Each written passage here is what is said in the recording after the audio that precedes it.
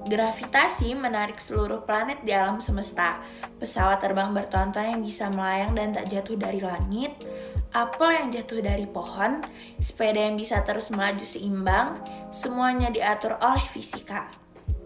Ia bisa sebegitu luasnya karena fisika adalah ilmu yang membongkar bagaimana dunia alam semesta kita bekerja. Mulai dari materi terkecil di alam semesta hingga objek super raksasa seperti galaksi yang mencoba menelusuri awal lahirnya semesta ini hingga memprediksi akhir dari semuanya. Tapi juga membantu bagaimana hal sehari-hari bisa bekerja, termasuk juga untuk hal-hal yang menembus batas masuk akal. Fisika adalah ilmu tentang segalanya. Selamat datang ke ilmu yang mengatur segala hal di dunia ini.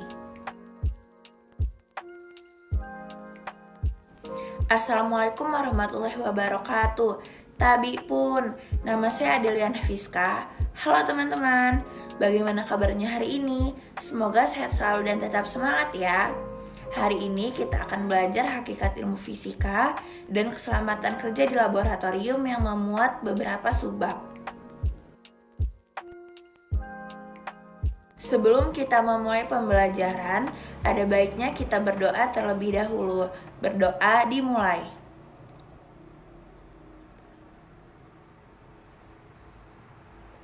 Berdoa selesai. Nah, sebelumnya pasti teman-teman sudah familiar kan dengan mata pelajaran fisika? Apa sih fisika itu? Fisika merupakan cabang ilmu pengetahuan alam yang membahas tentang materi dan perilakunya dalam ruang dan waktu. Maka dari itu, banyak di fisika yang membahas waktu. Materi yang dimaksud dalam fisika ada banyak sekali, seperti padat, cair, gas, gelombang, dan cahaya.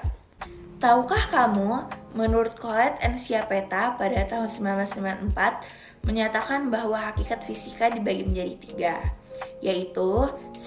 Fisika sebagai produk atau kumpulan pengetahuan, a body of knowledge. Kumpulan pengetahuan ini diperoleh dari keingintahuan manusia atau eksperimen terhadap beberapa hal di sekitarnya, baik interaksi dengan sesama maupun dengan alam. 2. Fisika sebagai sikap atau cara berpikir, way of thinking. Dengan pemikirannya, seseorang bersikap dan bertindak, sehingga menghasilkan penemuan melalui kegiatan ilmiah. 3. Fisika sebagai proses atau cara untuk menyelidiki, way of investigating.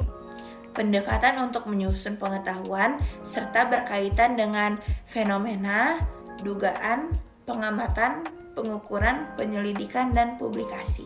Secara umum, hakikat fisika adalah ilmu pengetahuan yang mempelajari materi dan energi serta interaksi antara keduanya melalui serangkaian proses yang dikenal dengan metode ilmiah. Cabang-cabang ilmu fisika. 1. Mekanika merupakan cabang ilmu fisika yang mempelajari tentang gerak. Mekanika terdiri dari kinetik dan dinamik. Kinetika membahas suatu benda yang bergerak, sedangkan dinamika membahas gerak suatu benda dan penyebabnya. 2. Fisika kuantum merupakan cabang fisika dasar yang menggantikan mekanika klasik dan mempelajari tentang atom dan subatom. 3. Mekanika fluida merupakan cabang fisika yang mempelajari fluida, cairan atau gas. 4. Fisika modern mempelajari sumber materi dan sumber partikel yang bergerak dengan kecepatan tinggi. 5. Elektronika merupakan cabang fisika yang mempelajari aliran elektron dalam suatu alat kelistrikan. 6. Elektrostatis merupakan ilmu yang mempelajari listrik statis. 7. Elektrodinamika merupakan ilmu yang mempelajari listrik dinamis atau muatan yang bergerak. 8. Termodinamika merupakan ilmu fisika yang mempelajari tentang energi panas dan perpindahannya. 9. Fisika inti merupakan ilmu fisika yang mempelajari tentang energi panas dan perpindahannya. 10. Fisika gelombang merupakan cabang ilmu fisika yang mempelajari tentang gelombang. 11. Optik geometris merupakan cabang ilmu fisika yang mempelajari tentang cahaya serta alat optik yang membantu penglihatan manusia. 12. Astronomi merupakan cabang ilmu fisika yang mempelajari tentang benda-benda angkasa dan perbintangan. Metode ilmiah adalah langkah kerja yang dilakukan oleh para peneliti dalam menjawab masalah yang ada yang dilakukan secara sistematis dan berurutan. Syarat-syarat ilmiah. 1. Objektif. Pengetahuan suatu objektif atau didukung fakta empirik. 2. Metodik. Pengetahuan diperoleh dengan melakukan cara-cara tertentu dan terkontrol. 3. Sistematis. Satu sama lain saling berkaitan dan saling menjelaskan sehingga menjadi satu kesatuan yang utuh. 4. Berlaku umum. Semua orang dan cara eksperimen yang sama akan memperoleh data yang sama juga. Kriteria metode ilmiah. 1. Objektif, keterangan yang diperoleh berupa fakta-fakta. 2. Bebas dari prasangka, jauh dari pertimbangan subjektif. 3. Prinsip analisis, masalah dicari sebab akibat dan analisis yang logis. 4. Hipotesis, hipotesis digunakan untuk memandu cara berpikir ke tujuan yang ingin dicapai, sehingga diperoleh hasil yang tepat. 5. Teknik kuantitatif, data yang diperoleh menggunakan data ukuran kuantitatif. Langkah-langkah metode ilmiah. 1. Melakukan pengamatan atau observasi. 2. Merumuskan masalah. 3. Mengumpulkan data atau informasi. 4. Membuat hipotesis. 5. Melakukan percobaan atau eksperimen. 6. Menganalisis data. Dan 7. Menarik kesimpulan. Alat keselamatan kerja di laboratorium. 1. Jas lab. 2. Masker. 3. Pemadam api ringan. 4. P3K. 5. Kacamata pelindung. 6. Sarung tangan tahan panas. 7. Lap tahan panas. Tujuan keselamatan kerja di laboratorium. 1. Melindungi praktik dan melaksanakan praktik. 2. Menjamin keselamatan setiap orang di laboratorium. 3. Menjamin sumber-sumber produksi dan peralatan praktik di laboratorium agar tetap terjaga dan aman. 4. Mencegah dan mengurangi kecelakaan di laboratorium. 5. Memberi pertolongan pertama pada kecelakaan di laboratorium. Aturan keselamatan kerja di laboratorium. 1. Baca semua petunjuk kegiatan eksperimen. 2. Gunakan alat keselamatan kerja.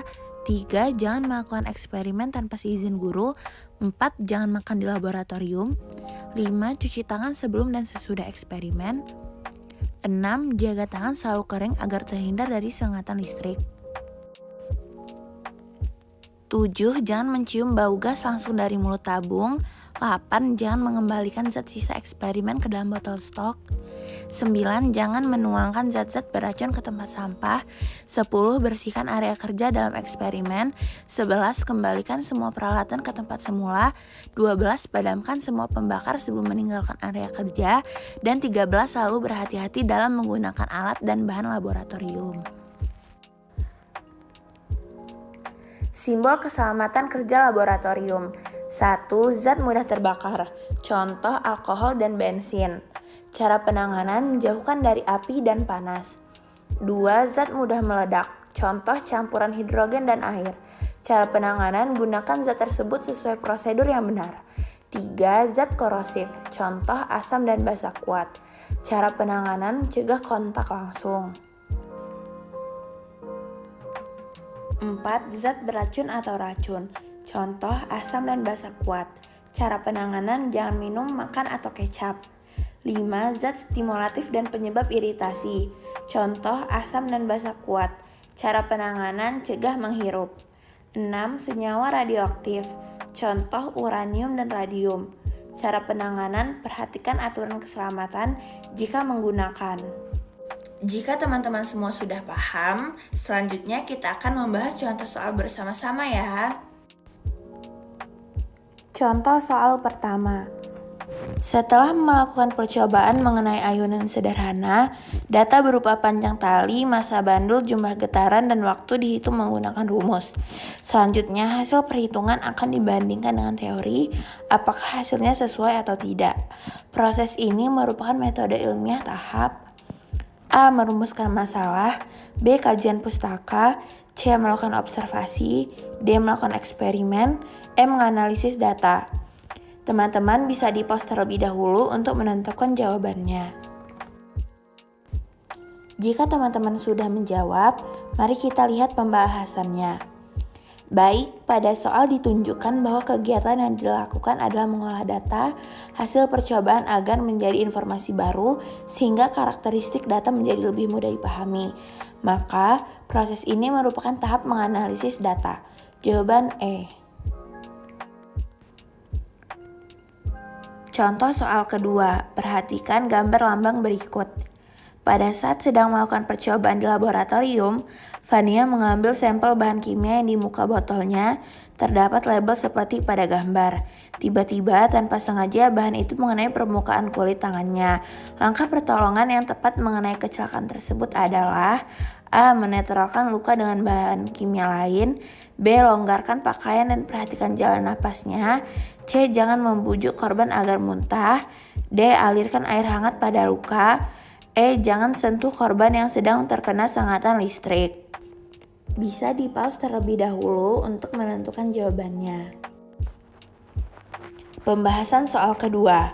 Lambang berbahaya di atas menunjukkan bahwa bahan kimia tersebut dapat mengiritasi kulit, sehingga akan menimbulkan luka pada kulit. Langkah pertolongan yang tepat jika terjadi luka pada kulit adalah alirkan air hangat pada luka selama 15 menit dan jangan menetralkan luka dengan bahan kimia lain. Jadi langkah pertolongan yang tepat adalah alirkan air hangat pada luka. Jawaban D.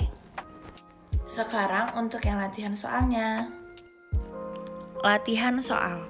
Sebagai seorang peneliti sains termasuk fisika, memiliki sikap yang baik saja tidaklah cukup. Peneliti juga memerlukan kecakapan ilmiah yang harus dikuasai. Berikut ini bukan kecakapan ilmiah untuk menjadi peneliti sains adalah A. Spontan, B. Mengamati, C. Perencanaan, D. Komunikasi, E. Menarik kesimpulan. Tepat sekali, jawabannya adalah yang A, yaitu spontan. Kemajuan teknologi tidak terlepas dari ilmu fisika karena pada dasarnya hampir semua alat yang bermesin pasti menggunakan konsep ilmu fisika. Kita ambil salah satu contoh penerapan ilmu fisika yaitu pada bidang teknologi komunikasi. Adanya fiber optik untuk jaringan internet. Kabel fiber optik bekerja dengan tidak mengalirkan listrik namun cahaya. Listrik yang diperoleh dikonversikan menjadi sinyal cahaya dan dialirkan antar komputer yang terhubung dalam suatu jaringan skala besar.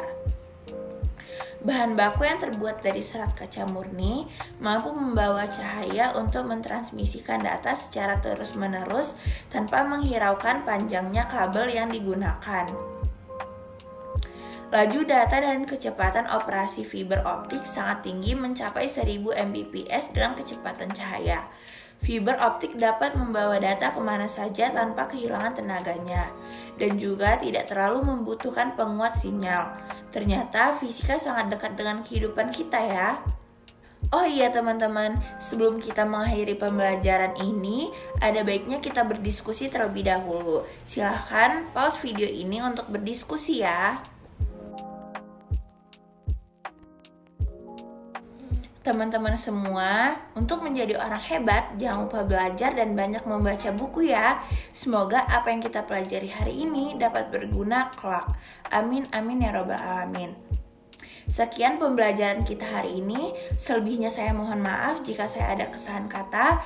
Wassalamualaikum warahmatullahi wabarakatuh. Selamat belajar.